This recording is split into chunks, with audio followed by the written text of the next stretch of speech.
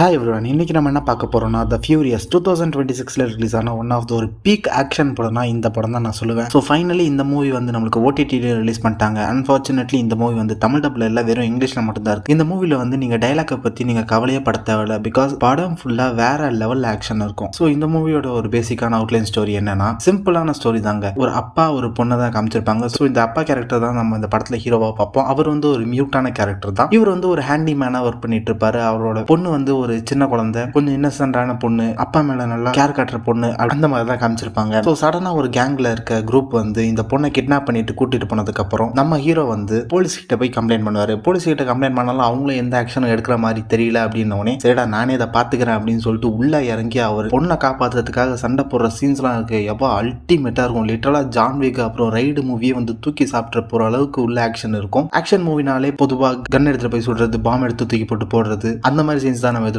But ஏன்னா இந்த மூவில வந்து லிட்டரலா ராவா ஹேண்ட் டு ஹேண்ட் காம்பேக்ட்லயே வந்து அந்த அளவுக்கு ஆக்ஷனை காமிச்சிருப்பாங்க. படத்துல இவர் மட்டுமே ஒரு ப்ரோட்டகனிஸ்ட் கிடையாது. இவர் கூட சேர்ந்து இன்னொருத்தவங்களும் வருவாங்க. அவங்களுக்கும் சேம் இதே மாதிரி தான் ஒரு நெருக்கமான ஒருத்தங்களை வந்து அந்த கேங் கடத்தி கொண்டு போனதுனால இவங்க ரெண்டு பேரும் ஒன்னா சேர்ந்து கடைசி அந்த கேங்கை பிடிச்சாங்களா இல்லையா, அவங்க பொண்ணுங்களை காப்பாத்தினாங்களா இல்லையா அப்படின்றதான் படத்தோட ஒரு பேசிக்கான அவுட்லைன் ஸ்டோரியாவே இருக்கும். ஸோ கேட்கறதுக்கு பேசிக்காவே இருந்தாலும் படத்துல உள்ள காட்டப்பட்ட அந்த சினிமாட்டோகிராஃபி, அதுக்கப்புறம் ஆக்ஷன் சீன்ஸ் தான் வந்து வேற லெவலில் தெரிக்க விட்டுருக்காங்கன்னு சொல்லலாம். லிட்டரலா ஒரு ஃபைட் சீன்ல வந்து ஒரு ஹேமரை வச்சு சண்டை நடக்கும். அதெல்லாம் எப்படா இதெல்லாம் எடுத்தீங்க அப்படின்ற மாதிரி ஒரு ஃபீலிங் உங்களுக்கு கொடுக்கும். அப்புறம் இன்னொரு சீன் மேஜரா ஹைலைட் பண்ணி சொல்றது என்னன்னா, ஒரு ரிங், ஒரு ஃபைட்டிங் ரிங்குக்குள்ள ஒரு சண்டை மாதிரி ஒன்று நடக்கும். ஸோ அந்த சண்டையில வந்து ஒருத்தனையும் கொண்டு போட்டு ஒருத்தனை அப்படியே மேலன்னு போட்டு ஹீரோ வந்து அதுக்கு மேல நின்று சண்டை போடுவார். அதெல்லாம் நினைச்சு கூட பார்க்க முடியாது. இவங்க எப்படிதான் அதை வந்து சினிமாட்டோகிராஃபியா வந்து ஸ்கிரீன் பிளேல ஃபுல் ஆஃப் பண்ணியிருக்காங்க அப்படின்றத பார்க்கும்போது ஒரு வேற லெவல் ஃபீலிங்கை கொடுத்துச்சு நான் சொல்லுவேன். ஸோ நீங்க ஒரு பீக்கான ஒரு ஆக்ஷன் மூவி நீங்க எதிர்பார்க்குறீங்கன்னா இந்த மூவி நீங்க தாராளமா ட்ரை பண்ணலாம். உள்ளுக்குள்ள வந்து எமோஷனல் கண்டென்ட்டும் வந்து நல்லாவே ஒர்க் அவுட் ஆயிருக்கும். ஸோ வெறும் ஆக்ஷன் மட்டும் இல்லாம அந்த ஆக்ஷனுக்குள்ளேயே நிறைய ஸ்டோரி சொல்லி ஒரு நல்ல மூவியாவே பிரசன்ட் பண்ணி கொடுத்துருக்காங்க. ஸோ அப்படியே நெகட்டிவ் சைடுக்கு வந்தோம்னா சில ஆக்ஷன் சீன்ஸ்லாம் வந்து